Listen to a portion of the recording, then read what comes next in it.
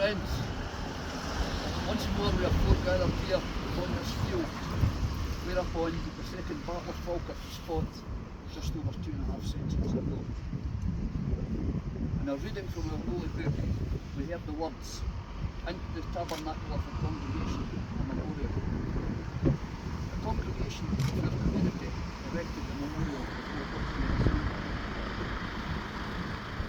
We are not here to commemorate ashes and memorial. We are here to keep alive the nurture of flame. A flame which burst off and went thinning, and whose light is still seen on many strands of our Scottish heritage. Neither are we met here today to glorify the horrors of war, especially the greatest veterans of civil war. We are met here today to remember and commemorate those men whose circumstances brought to this field of conflict. Men who believed that the cause of their true prince was their own cause, that of the blood ancient and royal, a cause which also promised the full restoration of their own parliament. There have been many accounts of that conflict, from the dry academic with their many footnotes to the simpler and more reading. They all tell the well-known story of that last Jacobite victory of 1695, when, on a rainy windy winter's day, forces as Charles Edward Stuart marched from Bannockburn across the Bonnie Water and along this ridge above the town of Falkirk. Hanoverian forces encamped at Falkirk raced to meet them, and they faced each other here and hereabouts.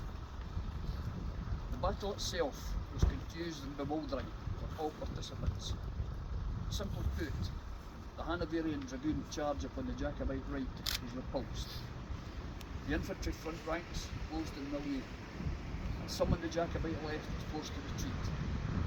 However, when the fog of war cleared, as darkness fell, the army of the prince were left in possession of the field of battle, and the remnants of the Hanoverian forces fled towards the north.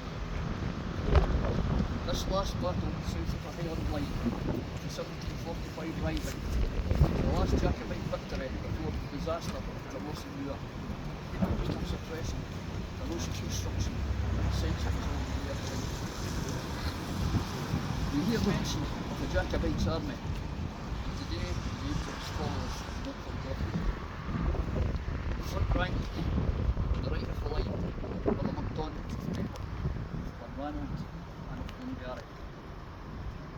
Then in the centre were the Parkersons, the Mackenzies, the Mackintoshes and the Macphersons, and on the left the Frasers, Camerons and the Stewarts.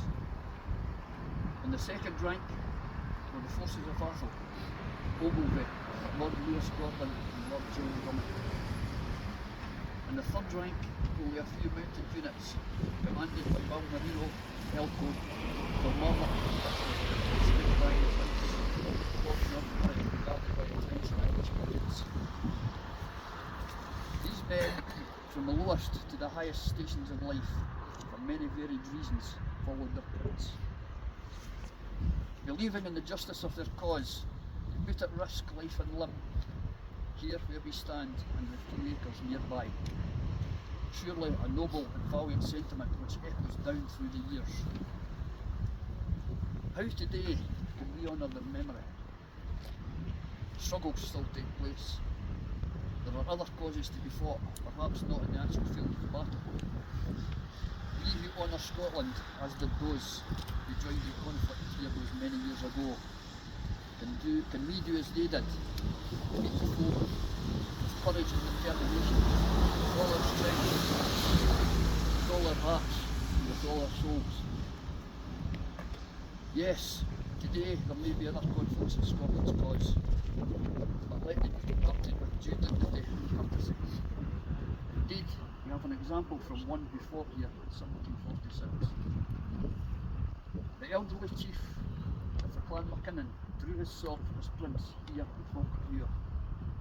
Later taken, he was imprisoned in London.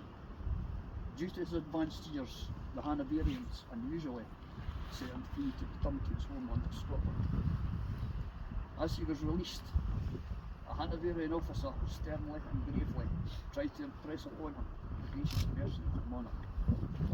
He who was of German origin, he who was allowing him to return to his own country. With all due dignity, Buchanan replied that if the positions of King George himself were reversed, he would indeed perform the same courtesy and return him to his country. Differences of attitude towards the foe, oppressions. The Hanoverian Wally had 2 hangmen in his train to dispatch all prisoners he took. Thankfully, they were unemployed. And the Prince, he ordered all his senior officers to attend the decent and dignified interment of the fallen Hanoverian officers. Contrast of attitude indeed. The latter,